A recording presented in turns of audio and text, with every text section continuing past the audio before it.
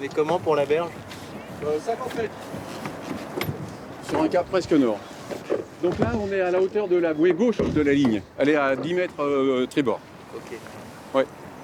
Ça, c'est la bouée gauche. Vas-y, parce qu'on est dans les arbres là, à 5 mètres les arbres. Histoire de rigoler.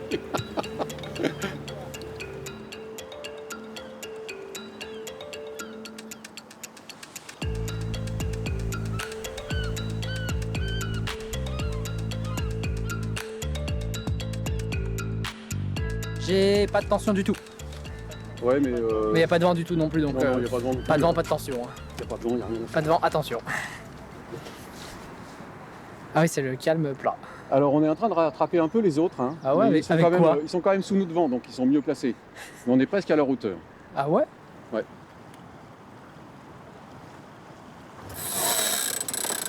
Michael dit Mika et Mohamed dit Momo sont non-voyants. Sur le bateau, Mika est à la barre et Momo aux écoutes de phoque. La bouée est à 90 bâbord, mais comme on n'est pas auprès, on ne peut pas virer. Ouais, Ils sont formés et guidés par la voix bienveillante de Henri, moniteur bénévole au Yacht Club de Caen. Compliqué pour les sensations. Là aujourd'hui, ouais. Il n'y a pas de vent du tout, donc le bateau il prend pas de gîte. C'est assez compliqué. Mais c'est aussi instructif parce qu'on a. Ouais. On est obligé de ressentir encore plus les choses. 10 mètres, 20 bâbord. Ils s'entraînent dans le bassin de Caen pour un défi éblouissant. Prouver aux yeux de tous qu'ils sont capables de naviguer aussi bien que des voyants. Ah, ils sont juste là en fait. Et ce, grâce au projet de l'association pour aveugles Valentin AUI.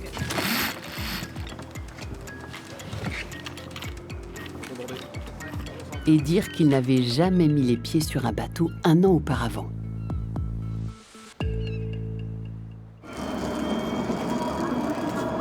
Excusez-moi.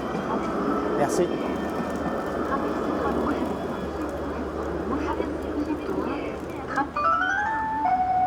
C'est une maladie génétique qui s'appelle une rétinite pigmentaire qui se développe différemment en fonction des souches génétiques.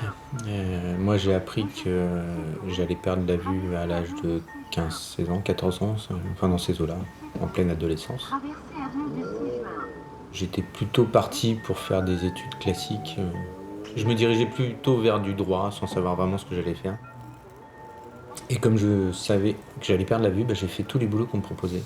Donc, j'ai fait tout un tas de métiers plus improbables les uns que les autres.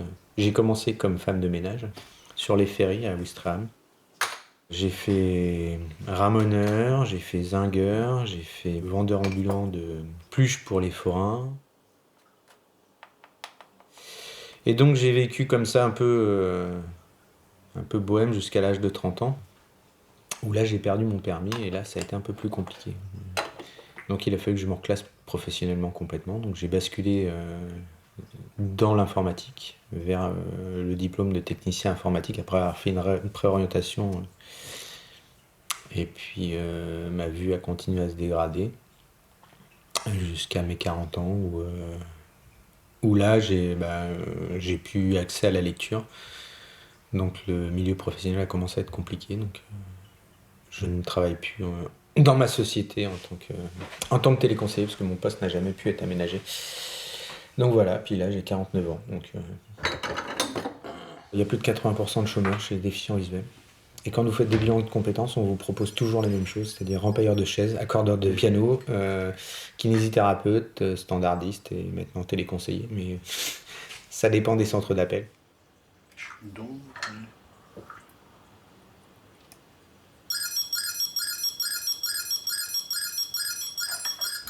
Début de l'itinéraire à pied vers bibliothèque Alexis de Tocqueville. Exact, c'est ce qu'on veut.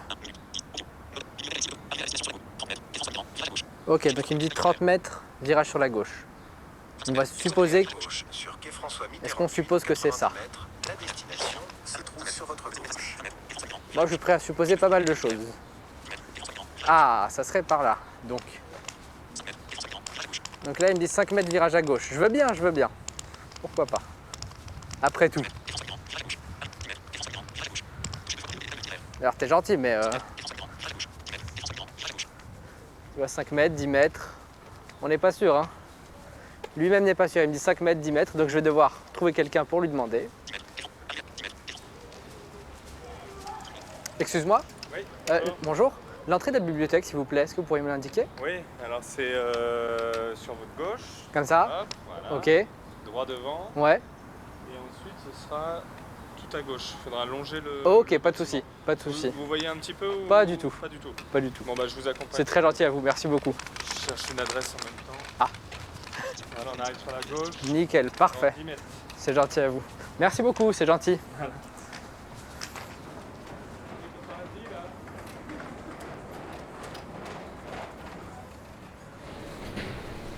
Je vais me diriger préférentiellement vers les escaliers que j'entends. Donc, a priori, on ne devrait pas être loin. Je suis malvoyant, quasiment non-voyant depuis la naissance. J'ai intégré l'Institut national des jeunes aveugles à Paris. J'y suis resté jusqu'au lycée. Et puis au lycée, j'ai pris la décision d'intégrer une école ordinaire. Et là, je suis en 3e année de licence de psychologie que j'espère obtenir cette année.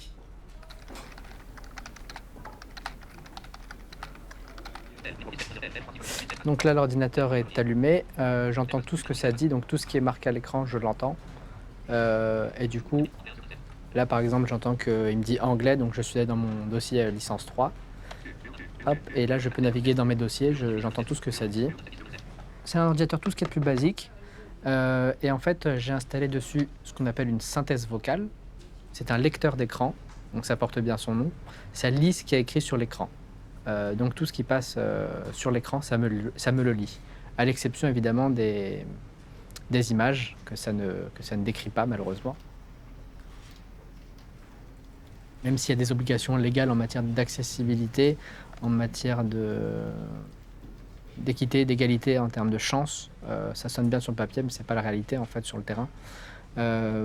Déjà pour me déplacer, j'ai dû avoir peut-être une visite de l'université et encore. C'est un proche qui me l'avait faite. Donc j'ai appris un peu sur le tas les emplacements de mes cours. Et pareil, en classe, il n'y avait pas grand-chose qui était fait. Et c'était pas tellement de la faute des professeurs, mais plutôt de la politique, je pense, inclusive de l'université qui n'était pas du tout au point. Ah, si, ça c'est étiqueté par exemple. Je l'ai repéré tout de suite. Alors, qu'est-ce que c'est comme CD ça? Ça c'est Françoise Dolto qui nous écrit « Tout est langage ». C'est concis, c'est précis. Ça veut dire ce que ça veut dire. Non mais c'est sympa, ils ont vraiment un rayonnage très, très fourni mine de rien. Je pensais pas du tout. Moi, il y a des gens qui m'ont dit ah, tu dois être vraiment quelqu'un de génial parce que t'as pas de préjugés visuels, donc tu préjuges pas de la beauté de quelqu'un et tout. Tu dois être vraiment assez pur. Pas du tout. Non, on peut tout à fait préjuger comme tout un chacun. Vraiment, on est les mêmes, on est des humains avec nos défauts, nos qualités. Et dans le handicap, comme dans les gens qui n'en ont pas, bah, il y a des gens bien, il y a des gens moins bien.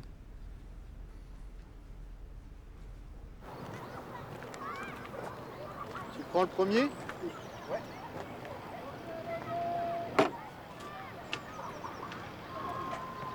Je voulais faire du sport comme tout le monde.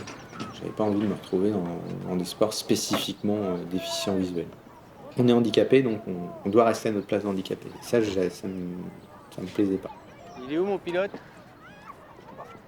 J'ai eu la chance de rencontrer un ami qui m'a proposé l'aviron, qui m'a emmené dans un petit club d'aviron où il n'y avait pas grand monde, où lui en faisait déjà depuis un petit moment. Je fais de la compétition en mer et en rivière. J'ai fini par faire du bateau solo en skiff, ce qui est les bateaux les plus techniques en aviron. C'est des tout petits bateaux légers, très très instables.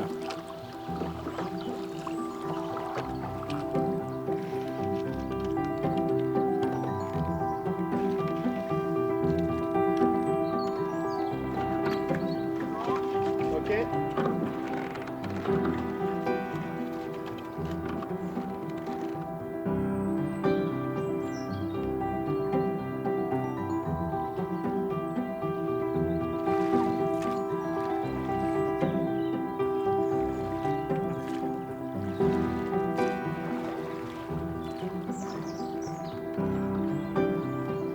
ce club m'a permis de trouver des solutions pour moi, donc j'essaie de trouver des solutions pour tout le monde, quelles qu'elles soient. Trouver des réponses, c'est pas ce qu'il y a de plus compliqué. Quand on écoute les gens, c'est ce qu'il y a de plus simple. Je me suis retrouvé à m'intégrer petit à petit, à trouver ma place, et puis ça va faire 8 ans que je suis là-bas, et puis ils ont fini par me mettre président. Depuis cette année, je suis président d'un club d'aviron.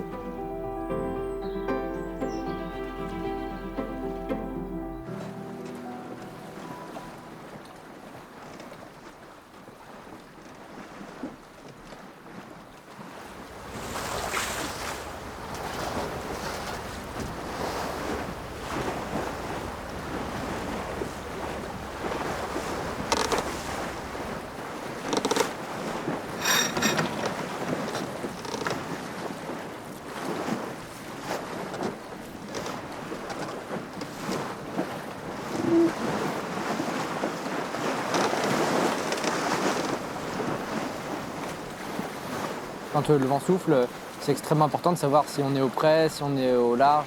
Donc il faut vraiment être en permanence à l'écoute de son corps, savoir ce que les sens reçoivent et savoir l'interpréter pour le mettre au service du bateau et de l'équipage.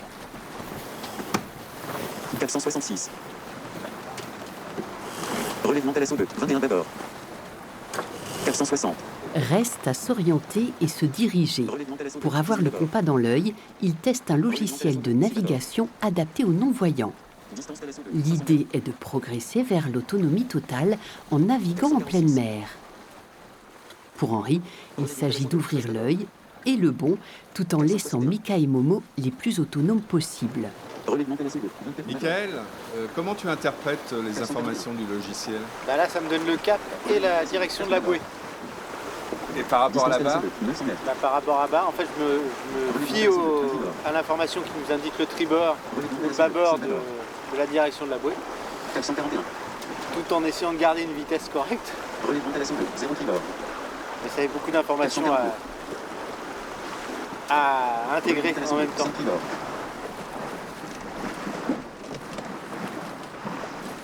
Non, là, on a plein de sensations, là. Que ce soit à la barre ou à la rive du bateau. On a plein de sensations. Il fait froid. Ouais, 5,7 nœuds, c'est pas mal. Hein. On se traîne pas. Ouais, bon, on a déjà fait 8, hein. Oui, c'est vrai. C'est vrai.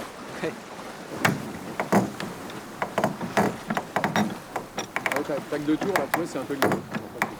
Ah là, c'est bon. Elle est où la bouée, Momo? 14 tribord. Voilà, elle est à 10 mètres à tribord. Ok. Allez, on peut y aller. Là-bas? Ouais. Et j'en passe.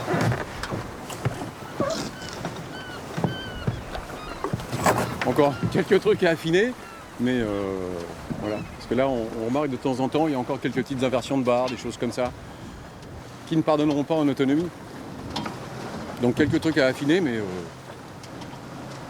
ça me paraît tout à fait jouable. Ouais. Et ils sont sympas? Non! Des horreurs. Non.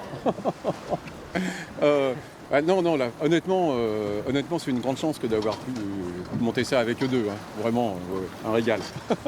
Un régal complet. Oui. Ça a dû être un défi pour toi. Oui, c'était un vrai défi, à la fois technique, la mise au point d'instruments comme les maquettes et tout, pour faire découvrir aux non-voyants ce que c'était qu'un bateau. Parce que Momo n'a jamais été voyant, donc pour lui, c'est... Voilà. La mise au point de maquettes, puis la mise au point de toute une pédagogie. Hein. On a commencé bêtement, par exemple, à faire du loup-voyage sur le quai en mettant Momo face au vent. Voilà. Puis après, le travail essentiellement sur les sensations à bord et sur la coordination d'équipage avec la transmission des informations.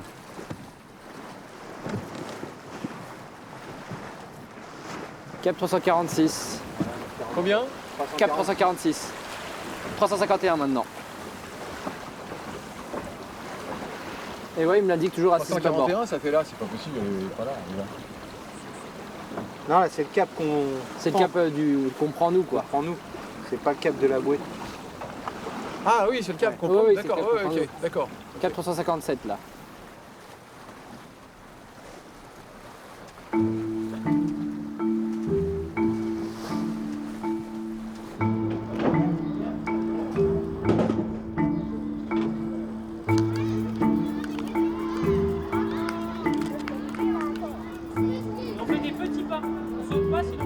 suis assez volontaire pour faire bouger les choses, parce qu'on a tendance à se plaindre, et puis derrière, il n'y a pas beaucoup d'action. Donc moi, dès que j'ai pu m'investir, dès qu'on m'a proposé, dès qu'on a accepté mes propositions d'aide, j'ai mis en œuvre tout ce que j'avais pu acquérir de par mes expériences personnelles. Mettez pas les mains. Hein. Je suis à l'ASPTT, qui est une association nationale qui sont très impliquées dans l'accessibilité, notamment du sport, avec lesquelles aussi on a fait pas mal de sensibilisation auprès des écoles, à travers justement le showdown, à travers les ateliers thématiques autour du handicap. Et toi, t'as perdu. S'il te plaît. Je leur propose de les mettre dans la même condition que moi, et en général ça les intéresse, ils ont plein de questions, ils sont très très bienveillants, ils comprennent tout de suite le handicap, en quoi ça consiste. Au début, ils lèvent peut-être pour certains la main ou quoi, mais très rapidement, Mohamed j'ai une question, donc on pose les bases dès le départ, et puis je les fais jouer au sport, je leur fais découvrir un nouveau sport, et ils adorent ça, et puis moi aussi. Bravo. Ouais, t'as gagné. Je te promets que tu vas la faire cette partie, d'accord? Dès qu'il finit cette partie, tu la fais toi. C'est ok? Dis-moi oui, dans mon oreille. Voilà, d'accord. Donc tu vas. Par contre, t'arbitres avec moi, hein, parce que moi, je t'ai trouvé trop bonne comme arbitre.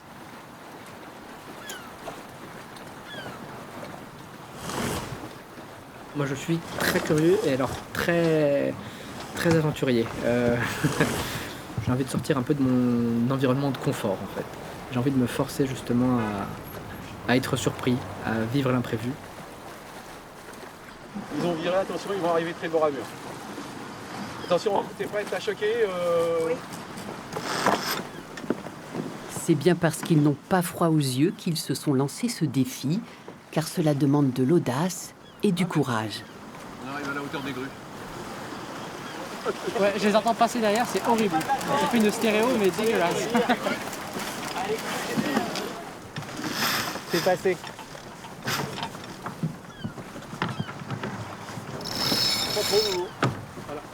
Et en affinant les sensations, les perceptions, les gestes, Momo est devenu un bon régleur de voile et Michael un barreur accompli. C'est bon, Momo? L'attention est bonne. Hélène, membre du yacht club, complète ce trio épatant. Il prépare la grande régate de fin de saison qui les opposera à des équipages classiques. On est parti pour un panache. Pareil. Attention au virage. Ça passe. On va se dégager de là. Je me bats avec ma salade. Ça, c'est le genre de truc que ma compagne se fend la gueule à chaque fois. Ah ouais. Ouais, c'est quand je mange avec ma fourchette vide. Ça arrive. Hein. Ça arrive souvent. Et là, j'arrive pas à piquer ma salade.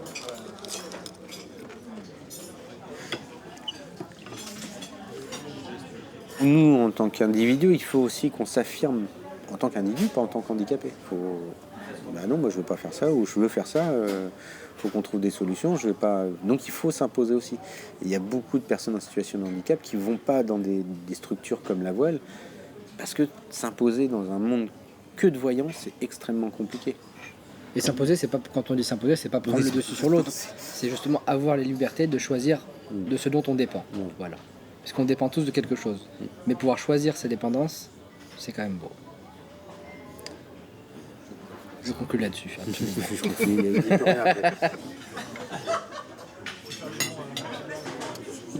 Panna cotta au milieu. Donc à gauche, ça doit être la panna cotta. Les tiramisu dans l'autre, c'est le tiramisu l'autre. Bon, je suppose. T'as pas mis les doigts dans la chantilly alors? C'est bien la panna cotta. Ouh là là. Vous c'est bien du sucre à la panna cotta. Ah, leur carte elle est pas passée. Donc là il en passe. Si on n'avait pas eu un personnage comme Henri, on serait resté sur le quai très longtemps. Et comme il a cherché à ce qu'on soit autonome dès le départ, il n'a pas cherché à nous protéger ou à nous surprotéger comme en général on fait avec les personnes en situation de handicap. Il a vraiment joué le jeu de notre autonomie. Donc, et c'est pas pour autant qu'il a nié le fait qu'on soit en situation de handicap, quoi. Mais à chaque fois, il a trouvé des solutions. On a trouvé des solutions avec lui. Des fois, il l'oublie, quoi. Oui, carrément. Bon, ça, c'est autre chose. Mais... Là maintenant, on peut monter dans n'importe quel bateau avec des voyants. Moi comme Momo, on intègre un équipage de voyants. Du moment qu'on est à nos postes respectifs et que l'équipage est à l'écoute et ben ça passe. Il y a 2 ans, je pense qu'on ne nous aurait pas mis dans n'importe quel bateau. Clairement. Voilà, donc je pense que c'était à nous aussi de montrer qu'on était Même pas capable. 2 ans, 1 an et demi. On a commencé en octobre 2021, octobre-novembre. L'année dernière, on est quand même arrivé 9e sur 24. Je pense qu'on a impressionné pas mal de monde. Et maintenant, on intègre des bateaux, c'est tout simple, quoi. C'est pas, ils ne se posent pas la question de savoir si on voit ou pas. C'est pas, bah tiens, tu viens avec nous.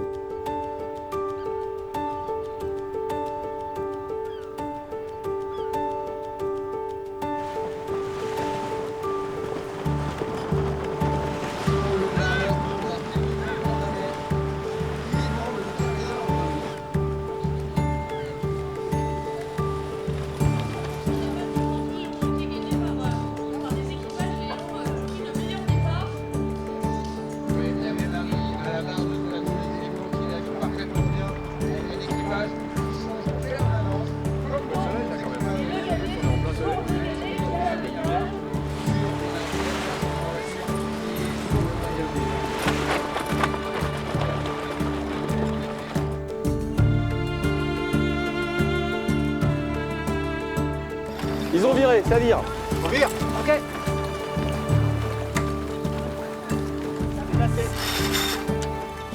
Voilà. Très bien.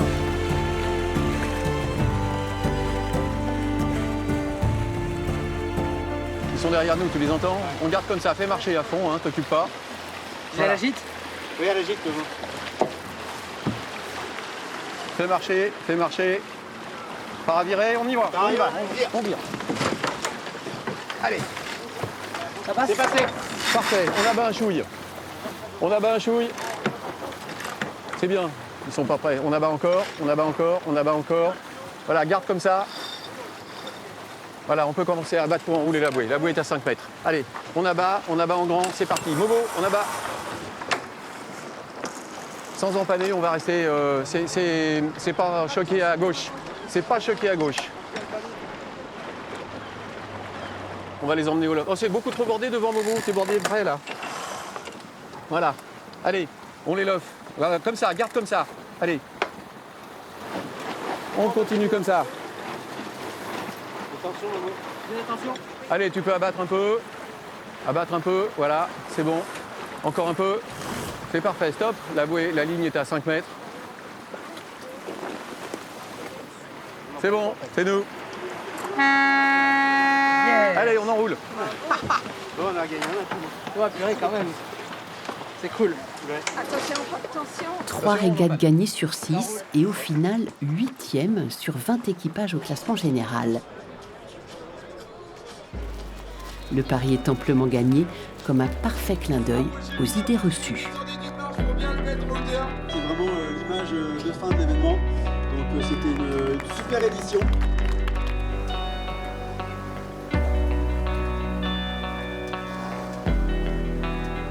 Il faut au moins avoir la curiosité de passer le pas, de lutter contre ses peurs, contre les peurs des autres. Les gens ont tendance à projeter leurs propres peurs sur nous. Donc il faut laisser les gens faire leurs propres expériences pour qu'ils se découvrent eux-mêmes et qu'ils connaissent leurs propres limites. Faut se laisser porter. Franchement, faut se laisser porter. Faut pas se brider soi-même. Je pense que c'est vraiment le plus important.